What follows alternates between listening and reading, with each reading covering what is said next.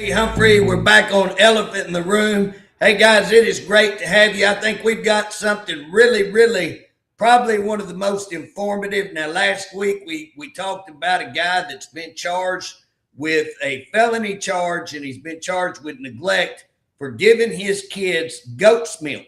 So he gave his kids goat's milk, and they ended up arresting him, charging him, and took both his kids because that he has gave his kids goat's milk and refused to take part in a study. And so me and Kenneth, I've got a guest today, Kenneth, and Kenneth is from Missouri, and me and Kenneth have been working on a case. The case is Daryl Doherty. Daryl Doherty was falsely arrested. The judges and the district attorney conspired to falsely set him up. We can prove all that. He was falsely arrested. His kid was put into treatment, actually a youth shelter, domestic youth shelter, and they illegally took him out of that shelter. Police threatened Daryl's wife with arrest and his mother-in-law with arrest if they didn't tell where the kid was. That's illegal. The kid was taken out of the shelter. Again, illegal, was given to the abuser without a hearing, again, illegal, and all of this was done under extortion. So we were there the other day. What day was that, Kenneth? Was that Friday? I guess it was. Yes, sir.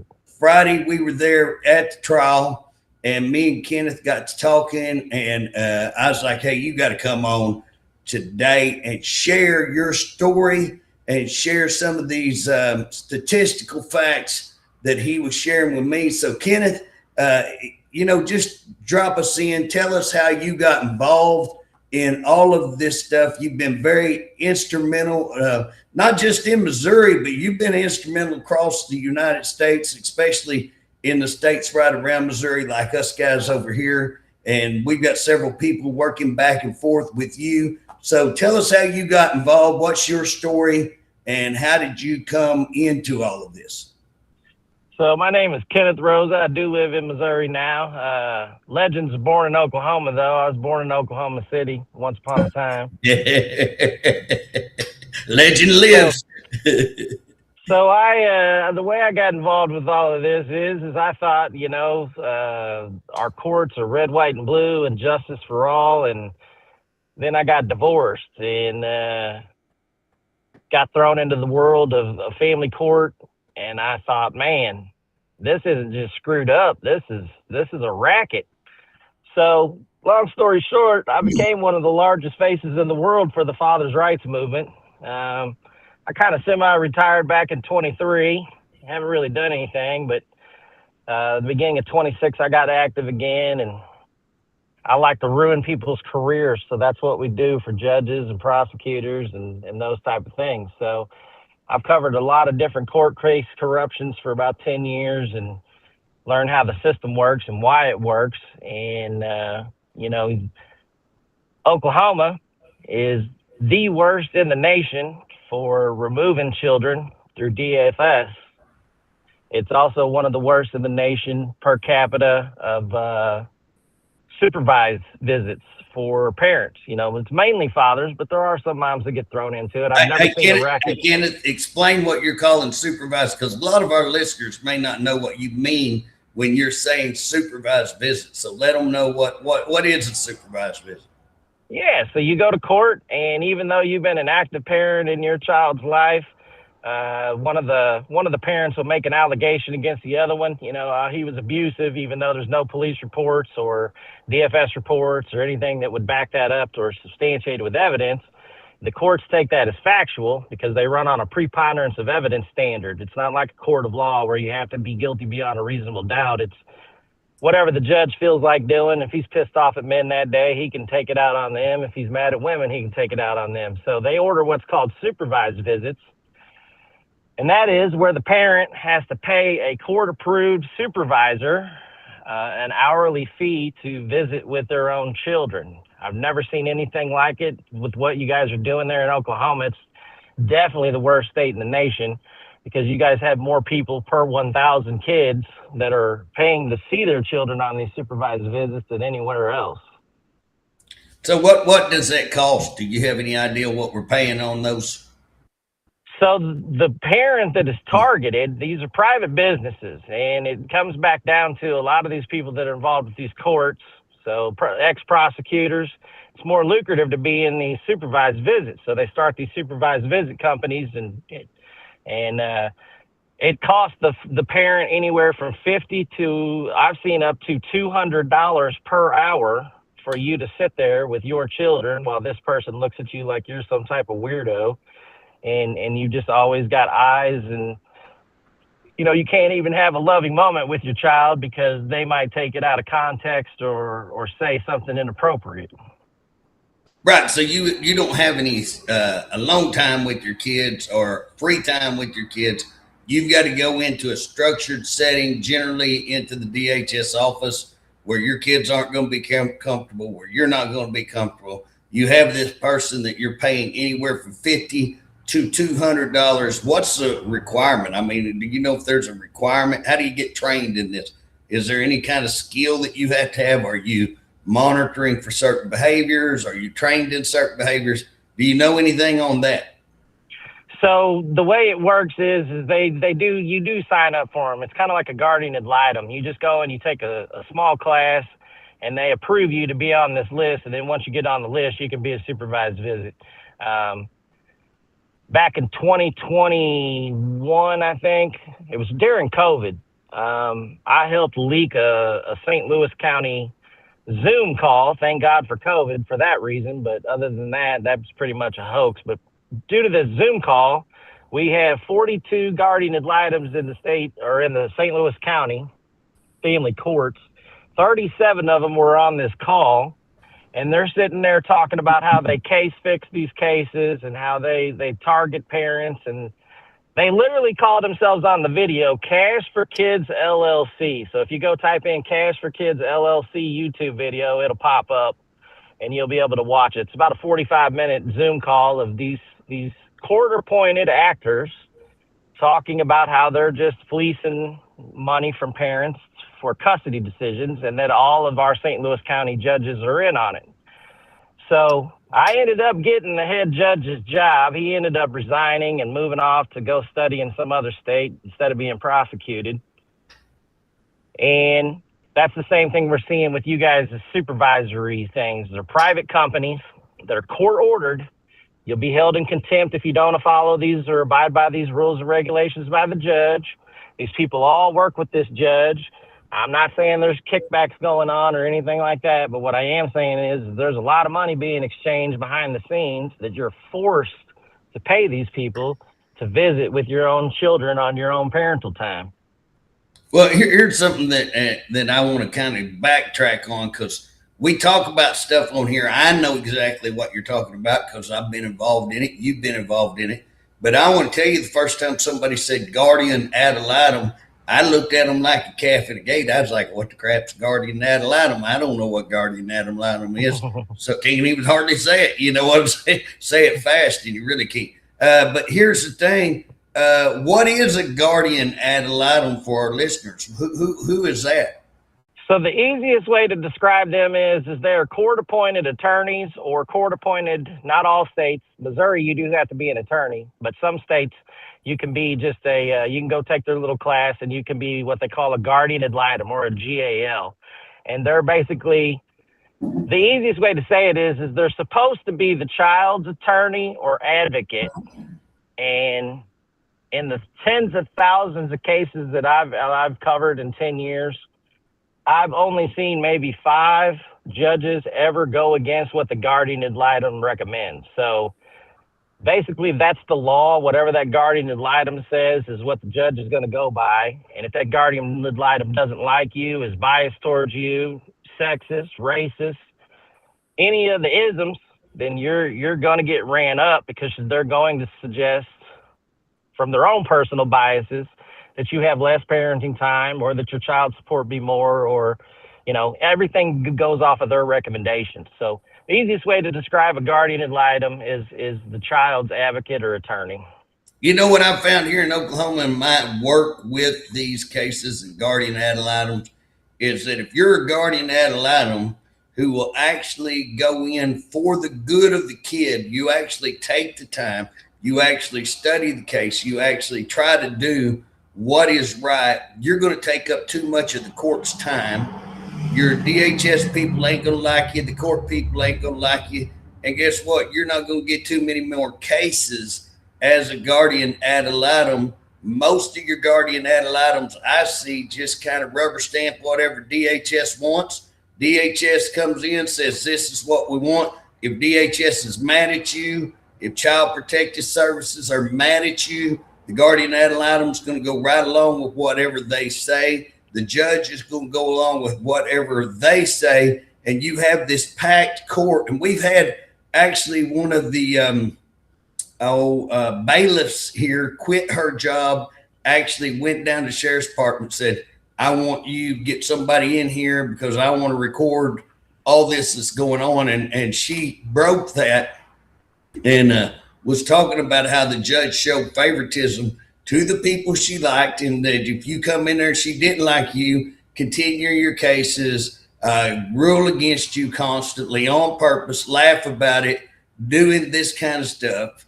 And the courts just slapped her on the wrist, and way she's going again, she's right back at the same kind of stuff that we're talking about. So this is so that our listeners understand, this is a money racket. We've not even got into what I want to dive into. What you were talking to me about just blew my mind, because I knew this part of it that me and you were talking about. I've understood the money here, because what's happening, these guardian ad litems, that don't sound, oh, they get one case. Okay, how much did money they make?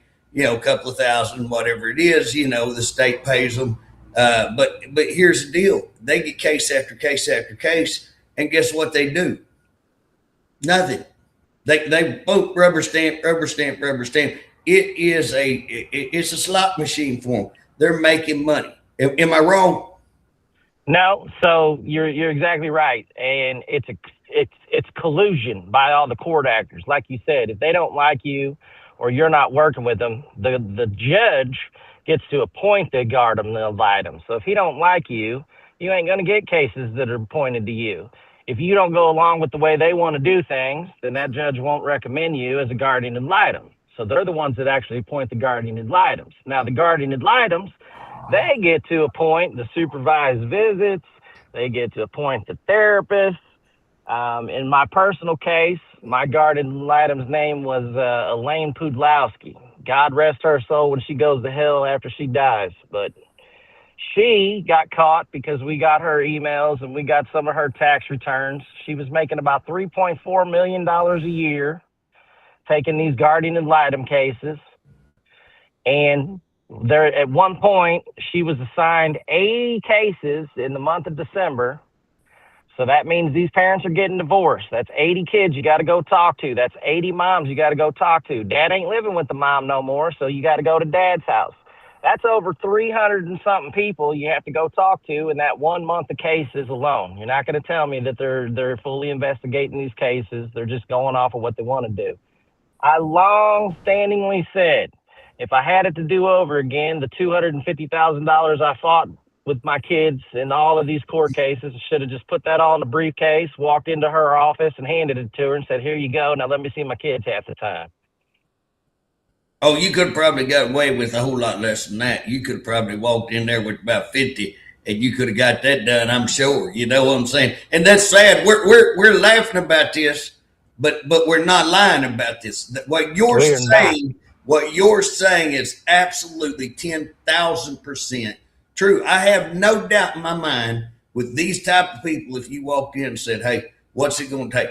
How much? How much do you need to rule in my behalf and say that I ought to get total custody of the kids? And that's pretty much either DHS is getting pissed off at you, or what I do see oftentimes is you have some wealthier families that they're coming in and that's who they're catering to 100%, or they just make up their mind they're going to cater to some other people. And again, I've seen cases where it's several cases, not one case, numerous cases where they're putting the children back in the abused the reported abuser's custody without hearings, without investigations, with nothing. Just here you go, boom, and right back into the case. When we left the other day, Friday, after we all met and got through, and I was leaving, I was telling y'all, hey, I got to get out of here. I got a case I got to go to in Tulsa. This is where it's not a man, it's a woman. DHS told this woman that if she didn't get her kids out of this very, very abusive home, that they were going to charge her with neglect. There's several Supreme Court cases that say you can't do that, but that doesn't mean they're not still doing it. Oh, they did it, bam, and she worked for them. That was what the sad part is. This lady worked for them. They threatened her. She goes and puts her kids in a shelter, goes into the shelter with them. And the Tulsa DA, bless his soul, he charged her with kidnapping her own kids when there is no custody agreement set up. So how do you kidnap your own kids when there is not a custody agreement, and when DHS specifically, now DHS in this case has has confirmed that yes, that's what they said. So how in the world 4 years later are we still in court over a kidnapping charge of kidnapping your own kids without a custody that the state told you to do?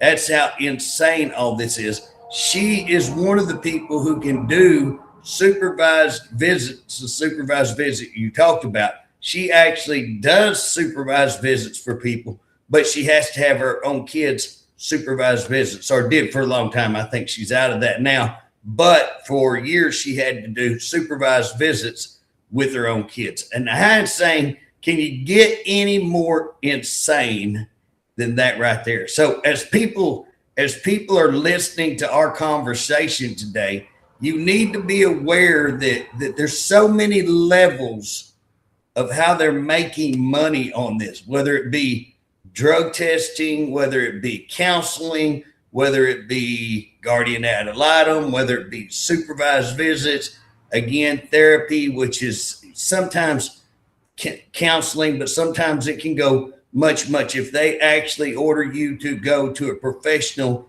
therapist, that's going to cost way more than just going to your general counseling session. And again, all of these are going to be astronomical money. You're talking about people. And then we haven't even started the conversation. Haven't even got to the real money yet. Well, and again, before we get into that, I just want to break down to people what we're talking about, because the majority of the people, me and you talked about this the other day when we got together. And this, the guy that I was talking about when we first come in last week, who he was 1,400 miles away. He's in Georgia, and his kid gets sick from drinking goat's milk. He comes immediately in. They say they think it's the goat's milk. He's like, anybody tested it? No. He goes and gets the milk and tests it, brings it back. Yes, it's a E. coli. Here's how y'all, this is what y'all need to treat. Again, saves the kid, and I'm not saying he saved, medical saved, all of them did their job and did what's supposed to do. Instead, OU comes in and wants him to participate in a goat milk experiment or some study. He says, I'm not interested, don't want to. They go to putting the pressure, trying to force him to participate. I figure they're making some money on the thing. Many of these studies, they do pay on those, is what I think. Anyways, he wouldn't participate. They turned him over to DHS, said that he was neglecting his kid, or child abuse. Again, he was 1,400 miles away. The kid was fed goat's milk. How is that abuse? And they're saying, well, he was malnutrition.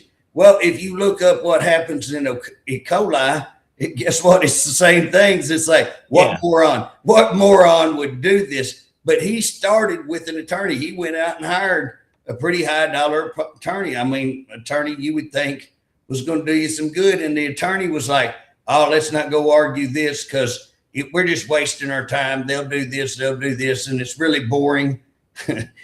Like we wouldn't want to get bored when it's your kid's custody. You know what I'm saying? Anyways, charges him all this money, did absolutely nothing for him. Somewhere after several, thousands of dollars, he realizes I can do a better job than this guy's doing. he's selling me down the river. So he's now representing himself. I'd say doing a pretty good job.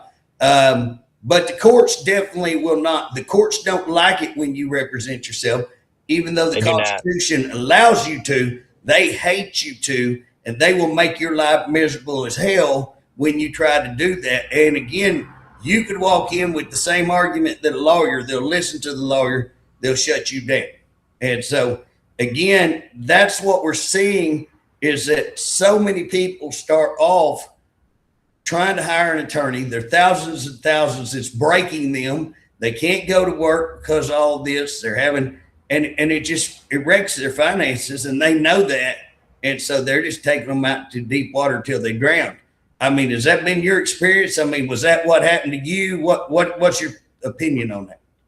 Well, that's absolutely what happened. So you go hire this attorney, and he's been in these courts, so he knows, if you piss this judge off, no cases are going to go your way. If they don't like anything you do, even though you paid them tens of thousands of dollars, sometimes up to $100,000, they'll just shit can you as a client. Oh, well, I got to withdraw and all that. But you don't get that money back. If they allow anything into your record that shouldn't have been in your record, it's used against you later. If they don't put something in your record that should have been in your record, so you're begging this lawyer, your lawyer, man, go to court and fight for me. Put this in there. This is the evidence. Oh, well, and they slow roll you. And then by the end of the time, that lawyer quits or you fire him or whatever, the next lawyer comes in and they say, oh, man, you guys screwed this case up so bad. I don't know what I'm going to be able to do. And he does the same thing to you. And then mysterious, one of the bigger fees that you see in these court cases is the psych evaluation. So they'll order you to go to take a psych eval. That's about $10,000 for each person. So if you're going to test mom, you got to test dad. Well, there's $20,000 that just went in some professional's pocket. Then if they both come back that they're not crazy, which we knew they weren't, we actually ran the statistics for it on how many people they were ordering in the St. Louis County courts. And the type cluster B personalities that would need to have a psych evaluation all apparently live statistically in the city and county of St. Louis in the world, because they've ordered so many psych evaluations that every cluster B personality diagnosis in the world would have to live in St. Louis County for the amount of referrals that they've had of psychiatric evaluations. I want to go back to that video we were talking about, the Cash for Kids LLC. At the very end of this video, you'll see a name pop up, and it says S. Harris. And she's telling these guardian ad litems how to case fix. She's telling these people how to hide things from people like me. She's telling these people how to hide money and all of this stuff. Now, what's very, very interesting about Siobhan Harris is, in Missouri, if you have a complaint against your guardian ad litem, so you write up a complaint and you take it in and you say, I want to make a formal complaint against this guardian ad litem, they have a 3-panel committee, and those 3 people on that committee will look at it and say, oh, we find some type of evidence that this lawyer did something wrong, or, oh, we find some type of evidence that this guardian ad litem did not do something wrong. Siobhan Harris is one of those 3 people that sits on that committee. And she's sitting here telling these guardian ad litems on a leaked Zoom call how to commit illegal fraud to keep the records and the things like the people like myself that dig into these kind of things from coming to light. So there's no checks and balances at any level of these state governments, because the people you're actually supposed to be complaining to keep the guardian ad litems in line, they're in on the corruption as well. Hey, let me stop you and let me throw an Oklahoma instant of that, because right now we're involved in a Payne County grand jury. Daryl's case being part of that. That's one of the main cases that kind of originated. We got a rape case over there that really got national attention, continues to get national attention.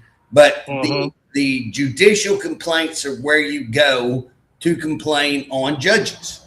And when you look at the statute that they were set up on, it basically says that they can't be compromised, that they can't be involved in the cases, that they're supposed to sit back and be a unbiased and unrelated, a neutral party to look at all this. That's kind of me paraphrasing what the statute says, but you can go read that statute.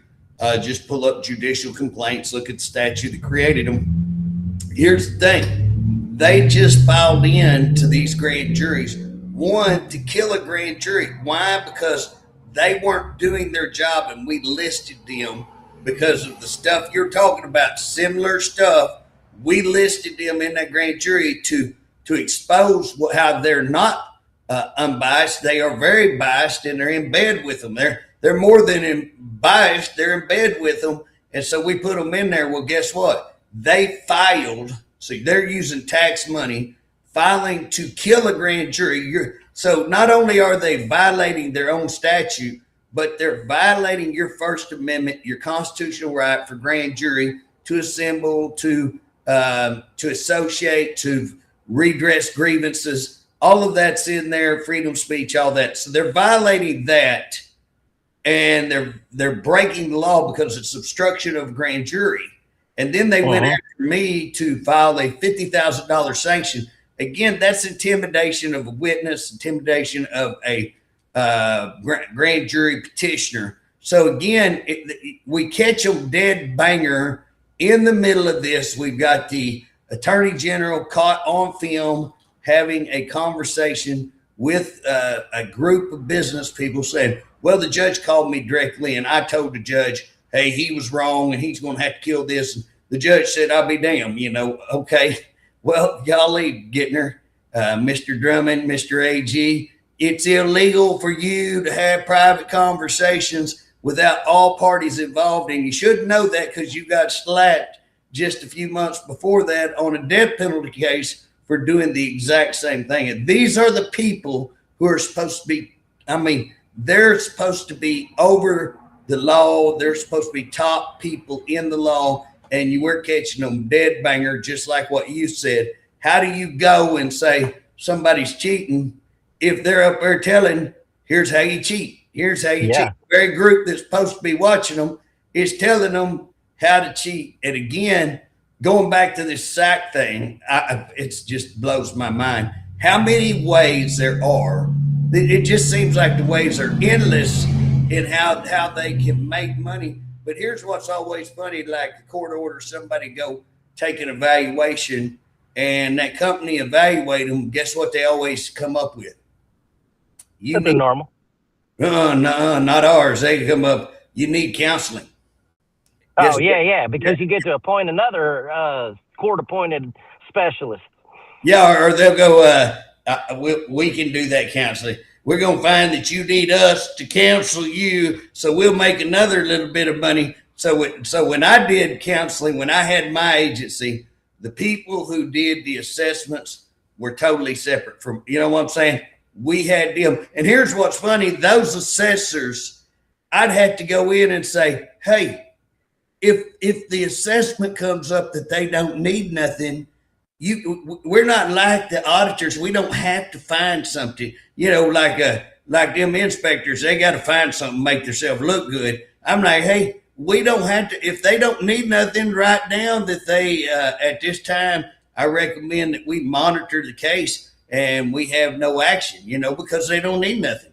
And quite a few of the people we were dealing with, hey, this might be their first time involved with the law. Maybe they got a first time DUI, first time caught weed or something like that. Hey, most of the time, just the interaction with the court will say, oh, well, we don't want to do that no more, and they're done. You know what I mean? Monitor them, take a few drug tests. If they pass them, we're all good. And it took a while to get them convinced, hey, you don't have to just write something to find something. It's okay to say they're fine, And so, again, that's my experience with the court system. We're going to find something so that you got to use us more services, and it's just a cash cow. Cash for kids is a good,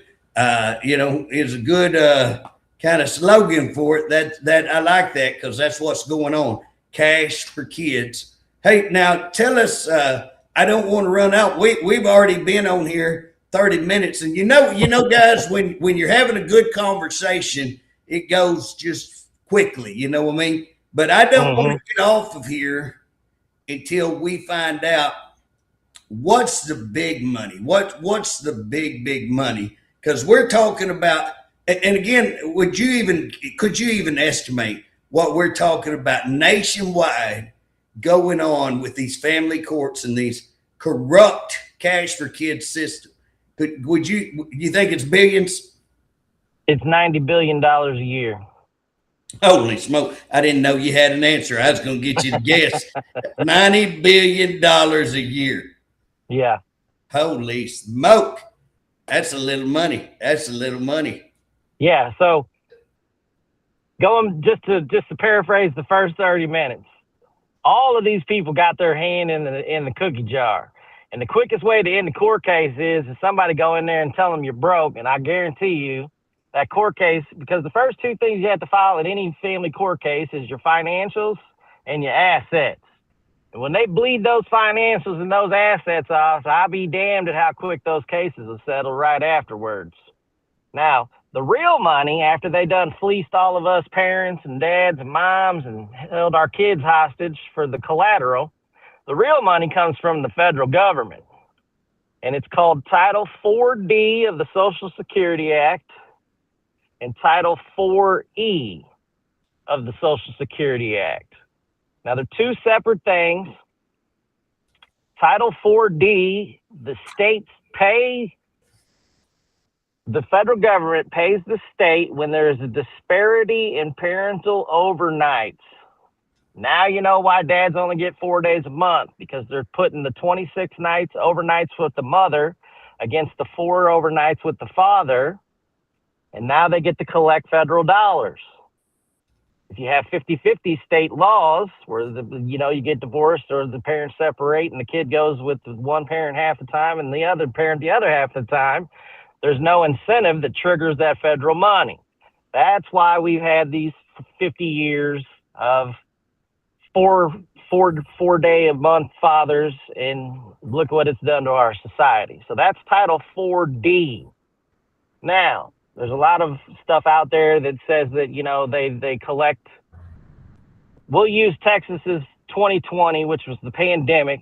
Texas collected $4.2 billion in child support while the whole world was shut down. If you don't pay that, they come haul your ass off to jail and lock you up, even though jailing people for a debt's been illegal since the 1890s. They don't turn in that $4.2 billion and collect 66%. They backdoor it and they collect on hours spent. So the child support collector, the woman you call the child support office, you talk to her, the judge's secretary, the judge, the guardian ad litem, all of these hours that are spent in the collection of child support, they bill the federal government.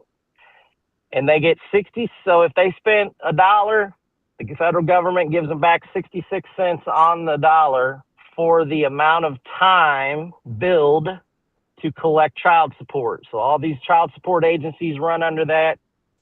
And it is big, big business. That money with Title 4E comes out to about $90 billion a year. So Title 4E of the Social Security Act has to do with foster kids. When the state comes in and removes a child from the home or the parent, the state turns in a thing and says, man, we got this kid that's abused and neglected, and we need federal dollars to pay for it. So the average is in between 6,000 to 8,000 per child per month after they've been removed from the home.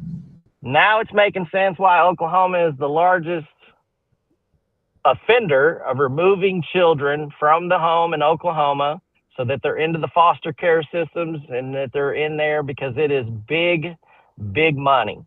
We caught our director. Let me unroll some of the stuff because you're blowing. I'm fairly familiar with all the stuff you're talking about, but your knowledge of it and the way you can roll off numbers and stuff.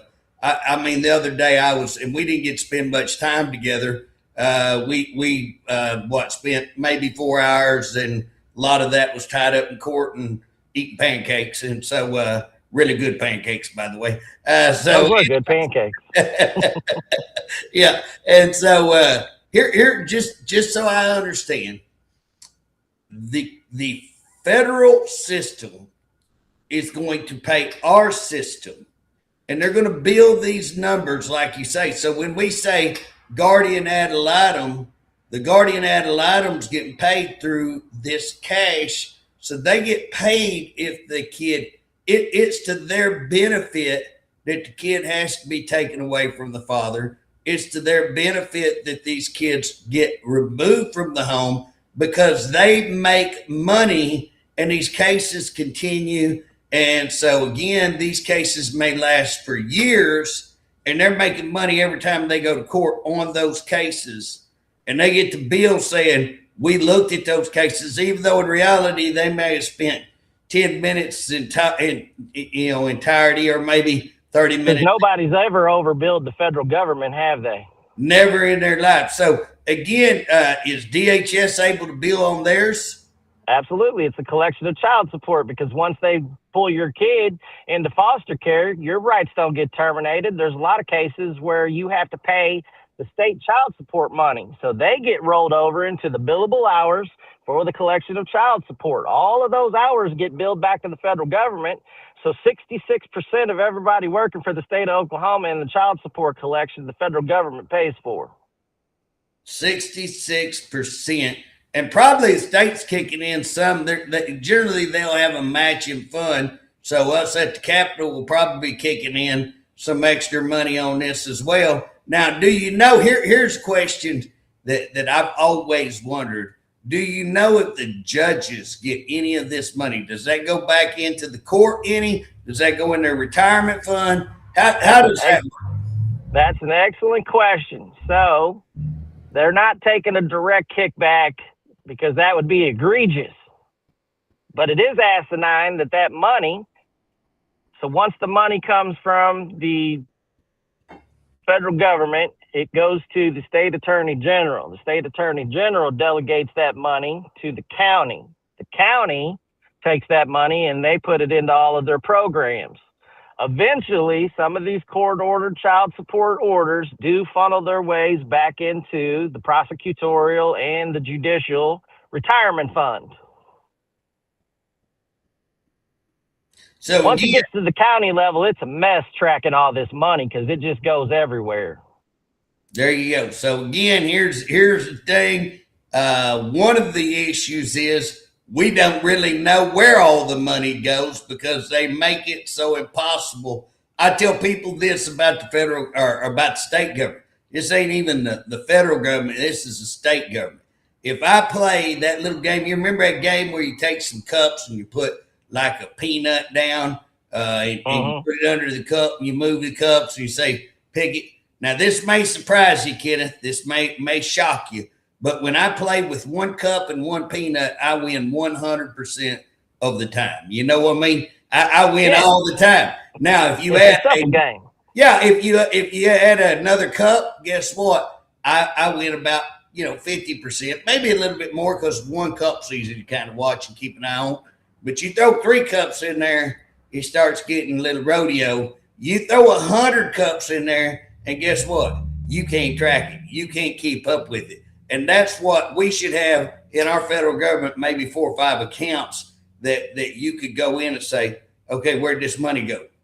But instead, you got thousands of accounts, and you go, where the hell did the money go? Nobody can track it on purpose. So we had a guy here that was in our Missouri legislature. We have term limits, so you only get a couple of terms in the House. You only get a couple of terms in the Senate.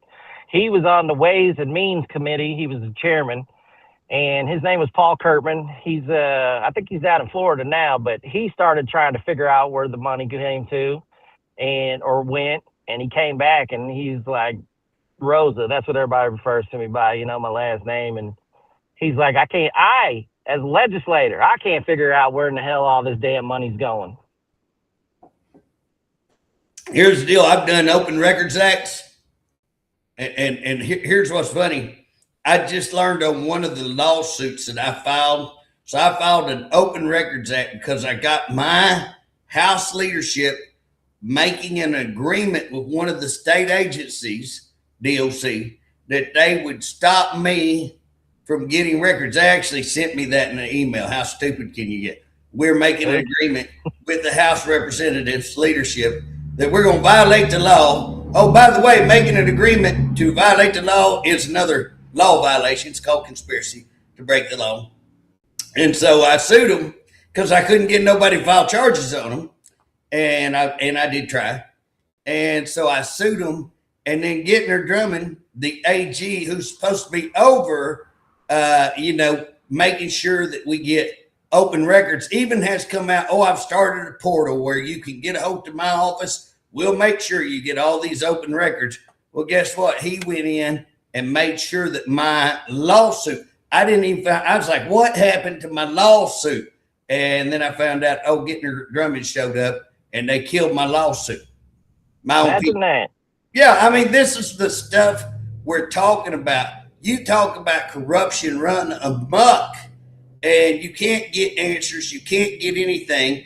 They purposely divide all these cases like that. So again, that's what's going on in the system, is that you can't track it. It's going to be hard to show it if nobody can track it. And that's why we're trying to have this grand jury, because we want to bring things like this out. This is why I wanted to have you on. As soon as I was listening to you the other day, I was like, hey, what are you doing this?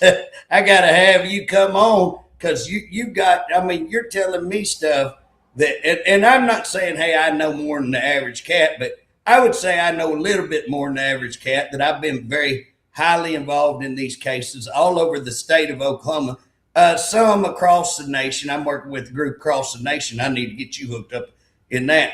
But anyways, I'm just mind boggled that we're paying to remove kids from the home. We're incentivizing, now correct me if I'm wrong, we're incentivizing child stealing, kidnapping, removing kids from the home. The federal government is paying the state of Oklahoma to do that. And Oklahoma is the biggest violator per capita in the United States. Is that what you're telling me? You're absolutely correct. The federal government and the states are all involved in a racketeering conspiracy, using our children as the leverage. Ken Paxton, the Attorney General of Texas, is on a YouTube video. You can go look for it, but he said that they run 65% of the Texas government, which comes right back to that 66% thing. The whole entire Texas government is run 65% off of this child support racket. And the judiciary is out of control. There's no way to hold these people accountable. They all have immunity. If they don't, the judge has absolute immunity. The guardian ad litem, the therapist. So if I go see a therapist and she recommends something and I go harm myself, I could sue her for medical malpractice. Now, if she works for the state of Oklahoma as a court-appointed therapist, she has quasi-judicial immunity. You can't sue her. It's even worse than qualified immunity that police have. So we've got an immunity group of people, of elites, that can't be held accountable. Well, I have personally been involved in the removal of over 4 judges in the last 5 years. We did get around their immunity, but it was extremely asinine just to do it. So it's almost impossible to hold any of these. I sued my guardian ad litem therapist. They hid behind the qualified judicial immunities here in Missouri. So we not only are they running this racket, but they're insulated not to be held accountable for doing it. Right. You can't get, and then they say, well, those are confidential records. That's HIPAA. That's under investigation. Oh no, that's confidential because of the juvenile. Well, you're the parent, it's like bullshit. That's a lie. And those all are lies. And here's what I have learned. And again, I'm an officer, so I understand qualified immunity, and I understand the purpose and reason to have qualified immunity. But here's what people don't realize. The court has allowed these immunities to be abused, because guess what? Those immunities, if held accountable right, are not, let me tell you something, judicial. That's as big of immunity as you can get. I mean, that's the strictest. Can that judge, let me give you a scenario. Let's say that you walk in, Rosa walks into the courtroom. That judge just said, I'm tired of looking at Rosa. He pisses me off, pulls out a gun right out behind the bench and just shoots you dead. Boom. Now, let me ask you something. Is he covered because he had the black robe on? He's sitting at his desk. Is he covered by judicial immunity? In that case, no, because his criminal conduct would outweigh his judicial immunity. Now, judicial immunity is a basis that goes all the way back to the courts of England. The last case that was really tried it was in 1978. It's called Stump v. Sparkman. Stump was a little girl. She was a minor child. What we would refer to as ADD or ADHD. She had that in 1978, didn't know what the hell to call it. So her mom went to the judge and said, I can't handle this child. She's out of control. Do something. Sparkman was the judge, and he sterilized this minor child. Well, once she became 18, she wanted to have kids. She couldn't because this judge sterilized a human being in the United States of America, and he had qualified absolute judicial immunity after sterilizing this child that he couldn't be sued, and that's a SCOTUS case, for sterilizing a human being. That's how much immunity these judges have. Well, but here's the deal. When they go out of the scope, that's where you got to say, they go out of scope. Now, that one's, I don't think that's under the scope of what they should be deciding. I think that's a wrongful, no question, wrongful. But again, you could say, well, he had well, what's that got to do? Why would that make her be in control or not control? That had nothing to do with what the case was all about, I would say, based on the factors I'm hearing from that case. But here's the deal. If he shoots you, he has stepped out of his role as a judge. There's no basis under the law that he could shoot you. So here's the deal. When these judges are acting out of the scope, and they're stepping way out here and doing things that they should never, ever do. And again, when they start acting criminally, there is nowhere under the qualified immunity where they have the right to conduct illegally, do crimes, commit fraud, commit embezzlement, wrongful arrest, abuse of office, all of those things that are crime, violating civil rights. There is no immunity for crimes. And again, that's why you see officers, when we're talking about George Floyd, that guy that got 21 years, man, and I can show you films of officers doing 500 times worse than that. You know what I'm saying? Because that guy had his knee on his neck. He wasn't beating him or anything. He's trying to hold him down. The guy had taken enough quantity of two different drugs that either one of them would have killed him combined, no doubt. But what got him was those younger officers sitting around going, I don't think he can breathe. I don't think he can breathe. You need to let him breathe. That's what I believe got him at the end. But in the end, his qualified immunity did not cover him because he took that person's life by his actions, which removed him out from under that. And I believe we could go after a lot if the court, but here's what I believe. It's a fraternity. And I believe you ain't in it. Wide, it's a fraternity, brother. And again, all the way to the top, they're going to protect each other. They're going to protect their own because it may be them tomorrow. And so guess what? It's a blanket. We got the right to do anything we want and nobody. And that's why I say, and if you look at the Constitution, the First Amendment, I like to say them founding fathers were pretty and I believe, and a lot of people think I'm crazy, I believe in God, and I believe that may have been a divine help on that thing, because that's one of the best written things ever existed, right up there. It ain't the Bible, but you lay it right next to the Bible. You know what I'm saying? And so here's what's funny. Guess what? They put those, if we look at what did they put in that First Amendment, it's the thing to hold all of these judicial and government accountable. That's freedom of speech. That's the press, freedom of religion. That's right to petition. That right to petition, until I really started getting involved in that, I really didn't understand what core value that has. And that's what we have to do around the nation. We're going to have to start having the people hold our government, because we, the people, the government answers to us, not we to them. We got to flip the script, because they got it that they are all in control. Nobody tells them. You walk in their courtroom and you answer to them, not they answer to you. And again, we got to flip that script and say, you're a servant of the people. You're not here to fleece the people. You're not here to, to get your little embezzlement and to have these state agencies. And again, that's the whole deal. They're all taking care of each other. They're all funding each other. They walk in DHS. And again, they're having these, a lot of people get tired of me talking about ex parte communications. But why is that important? I'll tell you why. Because DHS is going in, and the guardian ad litem is going into the back office with that judge before court starts, and they're running over every one of those cases. What are we going to do here? What are we going to do here? What are we going to do here? And there ain't no trial.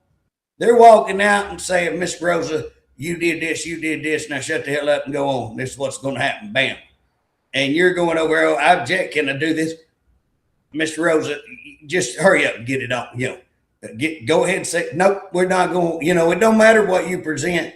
Well, we're finding that doesn't matter. We're not going to rule that way, and we're going to rule this way.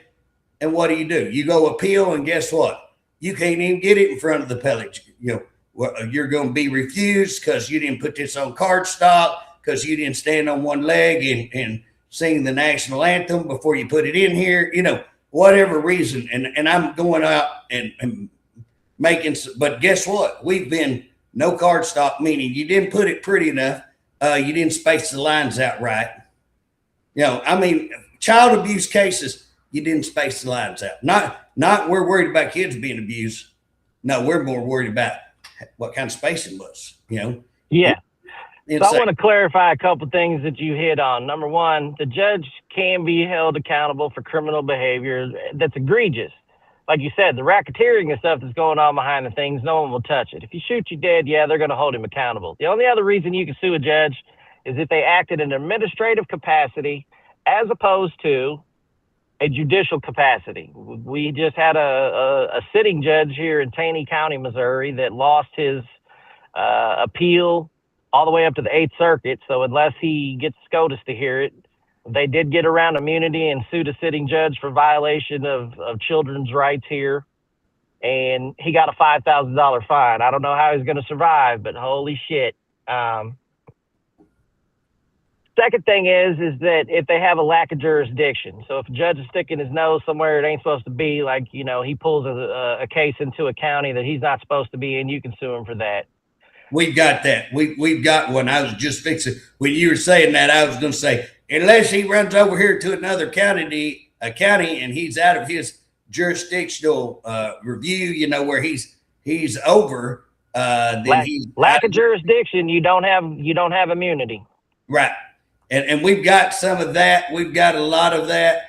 And again, if you have that criminal, if they're abusing their position, so, if they're getting together and they're conspiring how to falsely arrest a person, and they actually go out and arrest an individual, knowing 100%, knowing the charges were false, conspiring how to, not just doing it, but how to do it, how to make it work, how to make it sound, all of that. That's a conspiracy to falsely arrest. They're committing crimes, and it's a civil rights violation. I think, but again, you have to be able, what I'm talking about is pretty dang hard to prove, Rosie. You just, Yep. what, even if you know it, there's one thing to know it. There's one thing, there's no way it would happen otherwise, but to prove it, and this thing, you can't just go in there and half-ass prove. You have to prove it.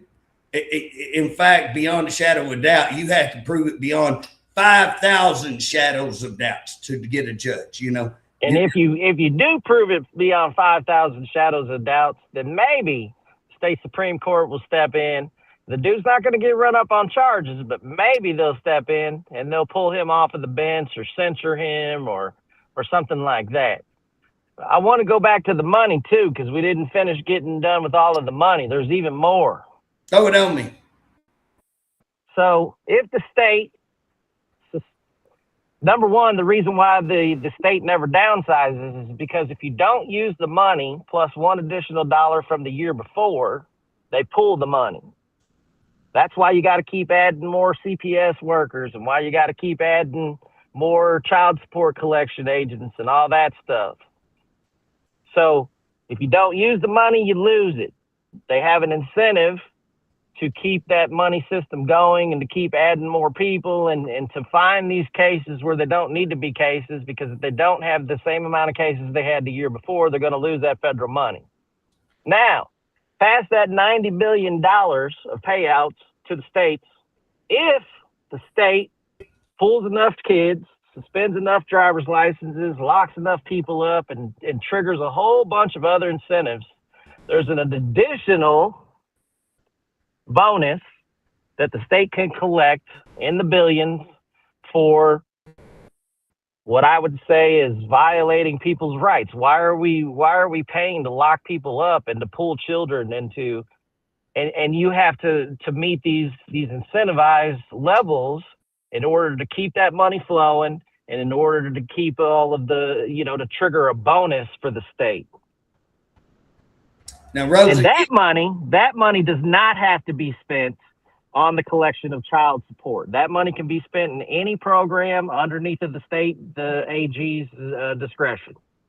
Well, and let's before we get off here, let's kind of make sure that people understand we haven't even gotten into Sooner Care, which is the medical, and how OU gets Medicaid, Medicare, Sooner Care. And why is it that they're doing all these medical kidnappings and getting all these kids into the hospital and double charging, double billing, and doing these things? I believe that's what I believe. But we definitely, they're getting funded for that as well. So again, there's that money. We haven't talked about PARB, which is the citizens group that's supposed to be able to look at all these cases, which are not happening, but they're getting all kinds of money. So we kind of just scratched the surface today in talking about all of the money that the courts are receiving and how all of this is a huge billions and billions of dollars just in the state of Oklahoma. I mean, it's massive money, whether it be with the doctors, whether it be, and we haven't even started talking about adult protective services and some of the things going on with that. That's just that's equally bad over here. We really didn't dive into foster care, and I know you know some things on foster care. So here's the deal. We're going to have chapter 2. We're going to have to bring you back. I'm going to stay in touch with you. We're going to you're going to educate me. And Rosa, we're going after him on a grand jury. We're fighting it. We got the attorney general, governor candidate trying to illegally kill it. He's named in it. He can't step in. The judge said nobody has standing to come in and close it. And then he gets a call that the AG's already said, oh, the judge called me personally and talked to me. Hey, Mr. AG, that's illegal. You can't do it. And we got them on film saying they're doing it. So again, we're going to keep fighting. We're going to get this grand jury. And this is the stuff that we're going after to bring it out. We're working with my good friend, Kenneth Rosa, who has personally, he got him an education. He paid high dollar tuition. He paid some high dollar tuition, got him a great education. And now he's using that education to help others and to help me and people like me get more familiar with the system and telling us what stone to go over and look and overturn and go after them. Kenneth, man, I appreciate you. I appreciate you coming to Oklahoma. Appreciate you coming with my good friend Daryl and jumping in that case. And I appreciate you bringing all of the people that you bring to view these kind of things and what you bring into a case. So, man, I look forward into working with you, and I look forward to having you back on here. Hey, I really appreciate you and everything you're doing. And if you go to Facebook and you look for Kenneth Rosa, I just did a write-up this afternoon before I came on with you on the Daryl Docher case, so you can check that out. And I want to leave you with this statistic for episode 2. The same people that are stealing our kids are missing 400,000 of them nationwide. The Department of Human Services in all of these states are missing 400,000 kids. They don't know where in the hell all these kids are. You took them from their parents, but you lost them. How does that work? And you're going to say that's not a human, you want to talk about human trafficking. If we said we busted some, the Homeland Security's, we found a couple of hundred kids over here. We found a couple of hundred kids over here. 400, how many did you say? 400,000? We're missing 400,000 kids in the United States of America that were taken from their parents, placed into DHS and foster care, and now we don't know where in the hell they're at. And if y'all want to kind of put your mind around that, I believe that Oklahoma City, somewhere around 8, I think, maybe. I'm not even sure they're that large. So you're talking about better than half of Oklahoma City totally missing. That's how many disappeared. And again, I just put a news reporter on this, told them where to go look on several thousand kids missing, and they came back and showed me immediately, hey, the deal you were talking about, there's 100 kids missing right here. And I said, well, it's way more than that. There's thousands of kids if you go to look. And guys, that's here in Oklahoma. The thing that I'm talking about, I'm not going to name it yet, but the thing that I'm talking about is here in Oklahoma, thousands of kids. Rosa's talking about 400,000 nationwide, but he gave you a number when we started. Number 1 abuser in the nation, Oklahoma. Kenneth, Oklahoma. And I appreciate you, Rosa. You just have a good day. You keep fighting a good fight, and we're going to have you back on here to talk about that number. And what I'm going to visit with you off the side, we'll stay in touch.